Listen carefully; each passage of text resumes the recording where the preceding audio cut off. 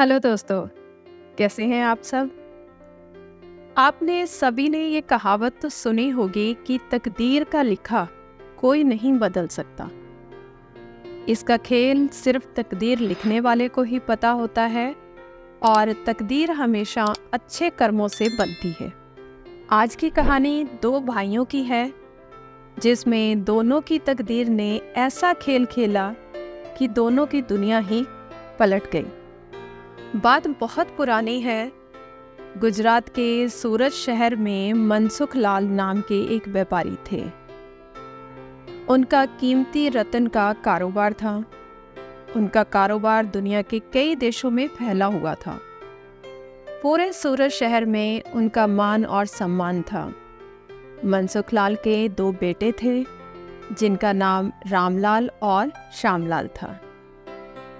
रामलाल को दौलत और रुतबे का बहुत घमंड था, जबकि श्यामलाल एक शरीफ और सुलझा हुआ इंसान था। घमंड के साथ साथ रामलाल में ईर्ष्या और बेईमानी जैसे अवगुण भी थे। समय के साथ साथ मनसुख लाल की उम्र बढ़ती जा रही थी। ऐसे में उनके दोनों बेटों ने कारोबार में पिता का अधिक से अधिक हाथ बटाना शुरू कर दिया। कुछ समय के पश्चात मनसुख लाल चल बसे और कारोबार का पूरा भार रामलाल और श्यामलाल के कंधों पर आ गया। बड़ा भाई होने के नाते रामलाल ने व्यापारिक फैसलों में अपनी मर्जी चलानी शुरू कर दी। रामलाल बेईमानी और मक्कारी भरे फैसले लेने लगा।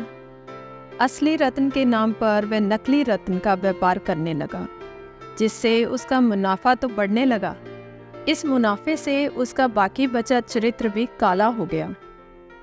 दौलत के घमंड में वह परिवार में उन्मादी जैसा व्यवहार करने लगा। दूसरी तरफ शरीफ और सुलझे हुए श्यामलाल को शुरू में रामलाल की बेईमानी का इल्म तो नहीं हुआ, परंतु जब उसने उसके व्यवहार में परिवर्तन देखा तो पूरे माजरे को समझने में उसे ज़्यादा देर नहीं लगी। रामलाल की करतूतों से श्यामलाल को बहुत दुख हुआ। उसने रामलाल को समझाने और सही रास्ते पर लाने की कोशिश भी की, परंतु वह नाकाम रहा। उल्टे रामलाल श्यामलाल से खफा हो गया और व्यापार में बंटवारे का बहाना ढूंढने लगा। बंटवारे में भी उसने बेईमानी की साजिश रची। घर में कलह का माहौल पैदा किया। अंततः रामलाल अपनी साजिश में सफल रहा और श्यामलाल के हिस्से के व्यापार पर भी वह कब्जा कर बैठा। रामलाल के व्यवहार से दुखी होकर श्यामलाल ने शहर में दूसरी जगह अपना ठिकाना बनाया और रतन के अपने व्यापार को नए सिरे से शुरू किया। ईमानदारी की नींव पर शुरू हुआ श्यामलाल का व्यापार जल्दी ही चल निकला। एक तरफ यहाँ श्यामलाल की ख्याति देश और विदेश में बढ़ने लगी, वहीं दूसरी तरफ रामलाल के करतूतों की पोल खुलने लगी।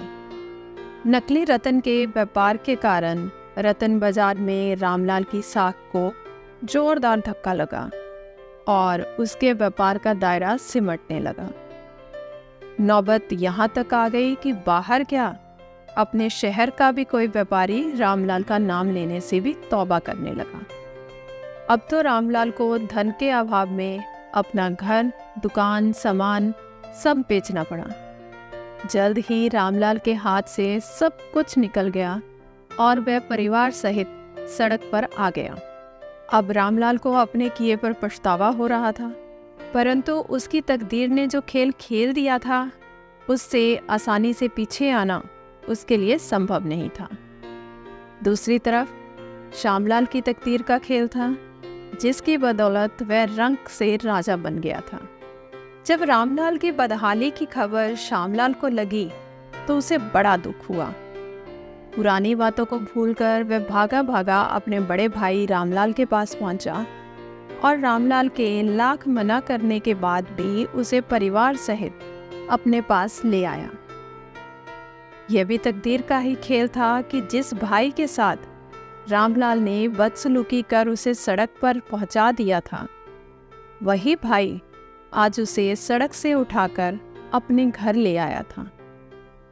तो दोस्तों, इस कहानी से ये शिक्षा मिलती है कि तकदीर कब किसके साथ क्या खेल खेल दे, इसका अंदाज़ा कोई नहीं लगा सकता।